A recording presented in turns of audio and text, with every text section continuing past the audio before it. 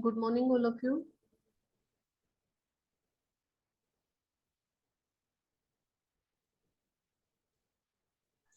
Good morning.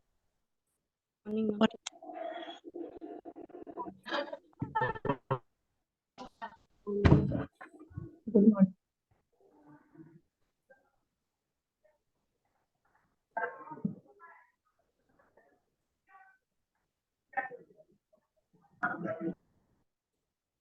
आज clear? No one. आवाज clear नहीं है क्या सबको? अब आने लगा हूँ।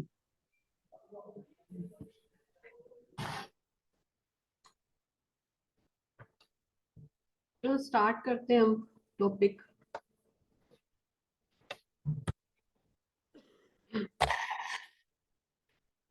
कल हमने कंपोनेंट कर लिए थे, प्रिंसिपल्स कर लिए थे।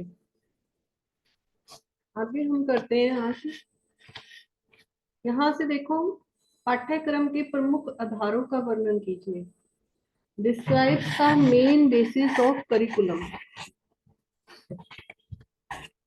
आधार बताने उसको, पहले वाले हमने एक बेसिस कर चुके हैं हम, याद हो तो आप लोगों को, रियलिज्म और वो प्रेगमेटिज्म। हमने उसको ना डीपली भी करना है, अभी अलग अलग हम उसको करेंगे, ठीक है।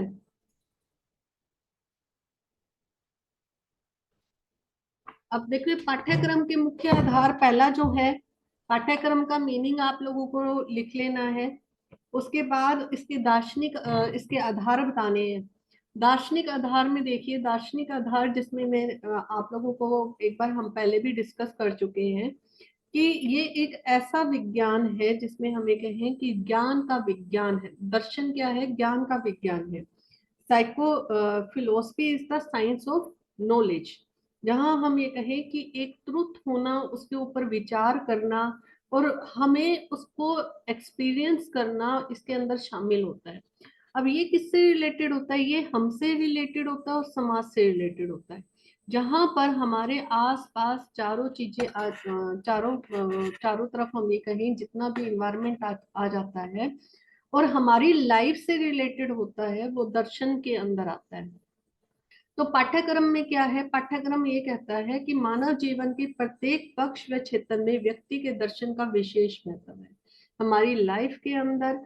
और हम ये कहें, जो भी हमारा एरिया है, जहां भी हम अपना काम करते हैं, हम जाते हैं, विचार करते हैं, रहते हैं, वो उसके अंदर दर्शन का विशेष, फिलोसफी का मोस्ट इम्पोर्टेंट रोल है।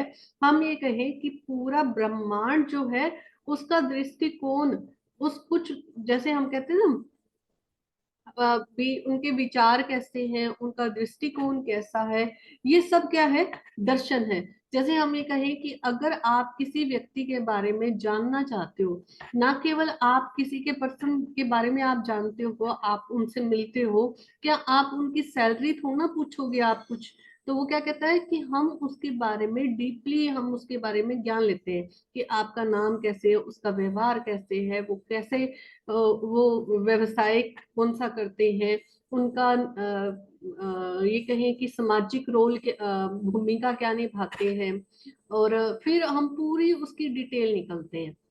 तो आप लोगों की बुक में एग्जाम्पल किराए का दिया हुआ है, किराएदार आता है, जैसे रेंट पे लेते हैं, तो उसके हम सिर्फ ये नहीं पूछते हैं कि आप हमें टाइम से पे कर पाओगे या नहीं। अगर हमने कोई टेंटेटिव रखना भी है तो हम क्या सोचते हैं कि उसकी पूरी की पूरा, भाई वो हमारे जहाँ हम उसको रहने की जगह दे रहे हैं वहां पर शांति से रहेगा या नहीं, एक रेपुटेशन है या नहीं, वो उसका व्यवहार कैसा है। तो हम उसके बारे में पूरी गहराई से जानते हैं, वो क्या है? वो दर्शन है। इसी तरह पाठ्यक्रम के अंदर भी दर्शन का शिक्षा के अंदर घनिष्ठ संबंध है। बहुत हमें कहें कि इसके अंदर हम ये कहें कि उसके उद्देश्य को पाने के लिए, शिक्षा के पाठ्यक्रम की विधियों को पाने के लिए, पाठ्यक्रम को पाने के लिए शिक्षण विधियां, डिसिप्लिन, मेथड्स आ जाएंगे, स्किल्स आ जाएंगी, ठीक है।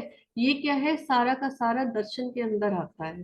दर्शन से हम क्या करते हैं, एक तो हमें ये पता चलता है कि जैसे जैसे समाज में परिवर्तन होता है, दर्शन हमें उसमें सहायता प्रदान करता है। फिलोसफी हमें ये बताती है कि पाठ्यक्रम जो है उसमें भिन्न भिन्न उद्देश्यों को पूरा करने के लिए पाठ्यक्रम सेम नहीं रहता, उसमें बदलाव जरूरी है। जैसे जैसे हमें कहें कि परिवर्तन होता रहता है, स्वाभाविक है कि पाठ्यक्रम के अंदर भी परिवर्तन होगा। तो उसका प्रभाव जो है, शिक्षा का पाठ्यचर्या जो है, पाठ्यक्रम है, उसके ऊपर भी हम कहें कि दर्शन का प्रभाव पड़ता है। अब हम ये कहें कि पहले जो समय था और अब का जो समय है उसमें काफी अंतर आ चुका है। पहले शिक्षा कैसे दी जाती थी, अब आधुनिक रूप में आकर हमें कहें कि इसका पूरा का पूरा प्रभाव जो है दर्शन का पाठ्यक्रम पर पड़ता है, जिसके अंदर हम ये कहें कि अलग अलग अगर हम व्यूज देखते हैं, जितने भी दार्शनिक हुए, जितने भी फिलोसफर हुए, जैसे महात्मा गांधी है, स्वामी विवेकानंद है, रोस है, अरस्तु है, इन्होंने अपने अपने विचार दिए हैं। अब इन्होंने किसी ने तो ये कहा है कि विज्ञान होना चाहिए, कला होनी चाहिए, संगीत होना चाहिए, साहित्य होना चाहिए, संस्कृत होनी चाहिए, तो वो कहते हैं कि उसको पाठ्यक्रम के अंदर शामिल करना चाहिए। कुछ कहते हैं कि इनको शामिल ना करके बल्कि कहानियां होनी कई जैसे प्लेटो है, उसने ये कहा है कि स्टोरी मेथड नहीं होना चाहिए, और उसके बिल्कुल अपोजिट मोंटेस्री ने इसको कहा है कि इसी के थ्रू बच्चों को पढ़ाना चाहिए। ठीक है, तो ये क्या है, सबने अपने अपने विचार दिए हैं और हम उनको अपने उसमें अपनाते, जो हमें सुटेबल लगा है ना एजुकेशन के एम्स को पूरा करने में, हम उनको अपनाते हुए चले गए हैं और उसको ऐड करते हुए चले गए हैं, जिससे हम ये कहें कि बहुत सारी चीजें दर्शनवाद के अंदर, फिलोसफी के अंदर आ गई है। जैसे आइडियलिज्म है, प्रेगमेंटिज्म है, रियलिज्म है, एक्सटेंशनिज्म है और नेचुरलिज्म है। तो ये सारी चीजें इसके अंदर हम ये कहें कि दार्शनिक विचारधाराएं जो हैं इसके अंदर शामिल कर दी गई हैं, जिसमें हम हर किसी को, प्रकृतिवाद क्या कहता है, आदर्शवाद क्या कहता है, यथार्थवाद क्या कहता है, अस्तित्ववाद क्या कहता है, तो उन सबके विचारों को जो हमें लगता है कि दर्शन के अंदर, इस पाठ्यक्रम के अंदर शामिल होना चाहिए, हम उसको लेते चलते हैं। क्लियर?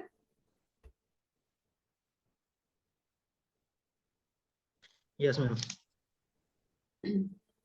अब करते हैं मनोवैज्ञानिक आधार। मनोवैज्ञानिक आधार बहुत बारी कर चुके हैं हम, लेकिन मनोवैज्ञानिक आधार के अंदर हम ये कहें कि पाठ्यक्रम कैसा होना चाहिए। अब एक पाठ्यक्रम मैंने आप लोगों को पहले बताया था कि मनोवैज्ञानिक आधार नहीं था, उसके अंदर पहले सर्वांगीण गुणों का विकास नहीं हो पाता था। तो अब ये कहें कि अब हम क्या कर रहे हैं कि ऐसा ऐसा पाठ्यक्रम होना जिससे शिक्षा के अंदर हमें कहें कि पूरा उद्देश्य तो पूर्ति हो ही, साथ में बच्चों का सर्वांगीण विकास भी हो। तो उनको सिर्फ ना केवल हम ये कहें एक्सपीरियंस हो, उनके व्यवहार में परिवर्तन हो, बल्कि उनको रियल नॉलेज भी बच्चों को मिले। तो इसके अंदर हम ये कहें कि बच्चों को हर कदम पे इस तरह से मनोवैज्ञानिक आधार पर मनोवैज्ञानिक दृष्टिकोण अपनाना चाहिए, जिससे हम ये कहें कि अध्यापक जो है उनको इतना अच्छे तरह से समझे और समझाए, जिससे बच्चा जो है आने वाले टाइम के अंदर अपनी प्रॉब्लम्स को अपने आप सोल्यूशन कर सके। तो ये कहीं, अब हम ये कहें कि हर एक एज में हर कैटेगरी के बच्चे होते हैं, हर एज ग्रुप होता है। जैसे हम कहें कि शैशवावस्था है, बाल्यावस्था है, किशोरावस्था है, वृद्धावस्था है, प्रौढ़ावस्था है, ये इस स्टेज के अंदर। फिर हम ये कहें कि एज के अकॉर्डिंग, कि बच्चे की एज के अनुसार, बच्चे की मेंटल एबिलिटी के अनुसार हमें पाठ्यक्रम को ध्यान में उनको ध्यान में रखते हुए हमें पाठ्यक्रम निर्धारित करना चाहिए, जिससे हमें कहें कि बच्चे के ऊपर एक बर्डन ना हो, एक प्रेशर ना हो, बल्कि बच्चे की चाइल्ड सेंटर्ड को ध्यान में रखते एजुकेशन जो है वो देनी चाहिए। अब हम ये कहें कि जैसे अब शैशवावस्था है तो उसके अकॉर्डिंग, इन्फेंट एज है तो उसके अकॉर्डिंग हम बच्चों को पढ़ाएंगे, चाइल्डहुड है तो उसके अकॉर्डिंग कि बच्चा इस एज तक क्या सीख सकता है, तो पाठ्यक्रम उसी को ध्यान में रखते हुए कौन कौन सी एक्टिविटी रखनी चाहिए, किस तरह का करिकुलम होना चाहिए, किस तरह का मेथड होना चाहिए, किस तरह की स्किल होनी चाहिए, डिसिप्लिन कौन सा होना चाहिए, किस तरह होना चाहिए, मतलब कि ज्यादा स्ट्रिक्ट नहीं होना चाहिए, सेल्फ डिसिप्लिन होना चाहिए।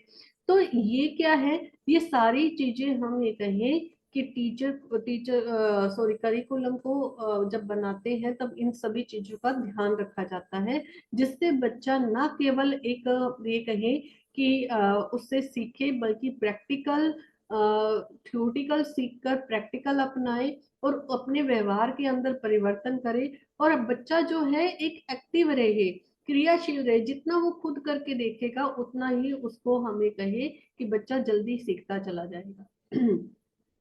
क्लियर है साइकोलॉजिकल बेस?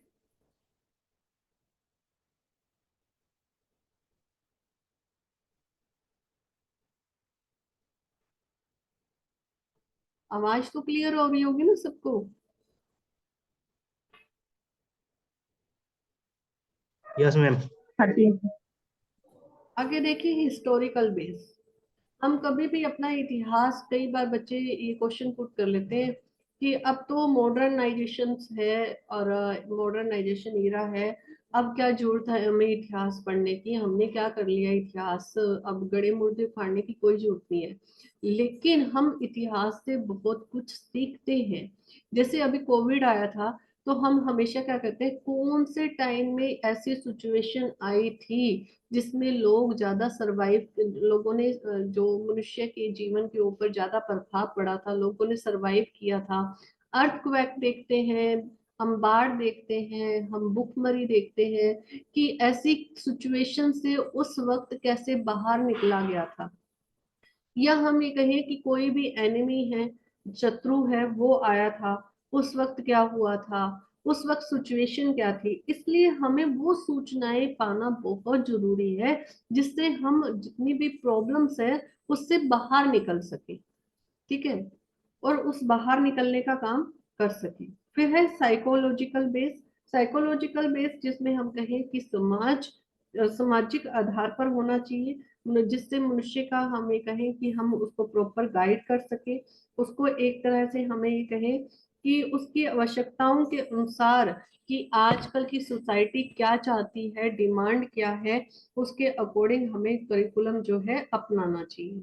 नेक्स्ट आता है कल्चरल बेस। कल्चरल बेस वो होता है जिसके अंदर हम ये कहें कि अपनी संस्कृति से जुड़े रहना, हमारे कल्चर से जुड़े रहना। कि इसके अंदर हम ये कहें कि जैसे साहित्य आता है, कलाएं आती हैं, विधियां आती हैं, नीति आते हैं, रीति रिवाज आते हैं। तो समाज के सदस्य होकर हमें क्या करना है, इसके अकॉर्डिंग हमें इनको अर्जित करना है, अपनी योग्यताओं का विकास करना है। संस्कृति से ही हम सीखते हैं, ये जन्मजात एक हम ये कहें नहीं होती है, इनको अर्जित किया जाता है, इनको सीखा जाता है। और संस्कृति पीढ़ी दर पीढ़ी चलती है, जो हमारे देश की, हमारी संस्कृति, हमारे समाज की पहचान है। तो इसलिए हमें इसको साथ लेकर चलना होता है। तो इस शिक्षा के पाठ्यक्रम में संस्कृति भी बहुत ज्यादा प्रभाव डालती है। संस्कृति क्या करेगी, पाठ्यक्रम के उद्देश्यों को प्राप्ति का एक साधन होती है, जिसके अंदर हम ये कहें कि जितनी भी समाज में फैली हुई संस्कृति है वो विद्यालयों में दिखाई जाती है। जैसे आप लोगों ने देखा होगा, स्कूल के अंदर कल्चर प्रोग्राम किए जाते हैं और बच्चों को दिखाए जाते हैं। कल्चर प्रोग्राम के अंदर जैसे हम ये कहें कि अपने फोक डांस है और हमारे रीति रिवाज क्या है, ये सारी चीजें भी हमें बच्चों को सिखाते हैं, जिससे बच्चे सीखते हैं और आगे आने वाली जनरेशन को भी सिखाते हैं। फिर है वैज्ञानिक आधार। वैज्ञानिक आधार जिसके अंदर हम ये कहें कि वैज्ञानिक आधार ही आजकल के समाज की जो है मांग है, आजकल के युग की मांग है। और जितना भी हम पाठ्यक्रम में कहें कि वैज्ञानिक विषयों को महत्वपूर्ण स्थान स्थान दिया जाता है। और हम ये कहें कि पूरे जीवन की तैयारी भी हम, शिक्षा का प्रमुख उद्देश्य क्या होता है कि अपनी आपकी लाइफ को प्रोग्रेस करना, आपकी लाइफ को सुटेबल बनाना, जितनी भी प्रॉब्लम्स आ रही है उनका सोल्यूशन करवाना। तो इस तरह से ये क्या है, आजकल के युग की मांग है, जिसके अकॉर्डिंग हमें पाठ्यक्रम ऐसा होना चाहिए। क्लियर? जी। देखिए बहुत बच्चे कम आ रहे हैं, सभी ना सेकंड ईयर में, सभी सेकंड ईयर में आके ना इंटेलिजेंट हो जाते हैं, कुछ जरूरत नहीं होती है पढ़ने की।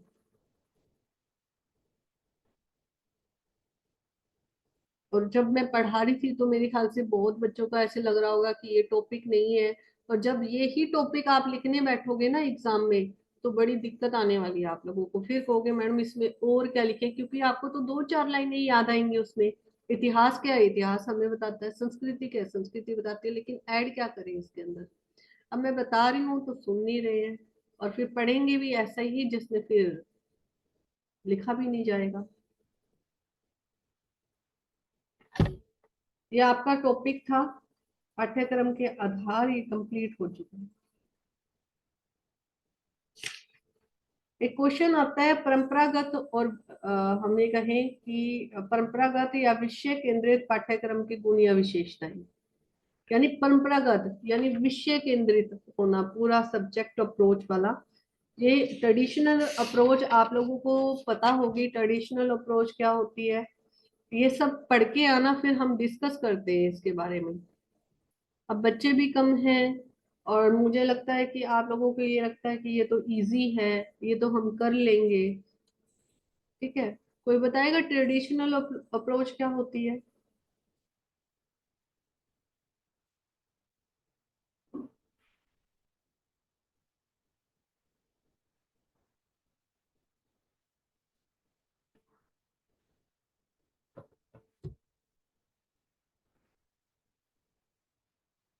परंपरागत और क्या है, परंपरागत प्रणाली क्या है, कोई बताएगा?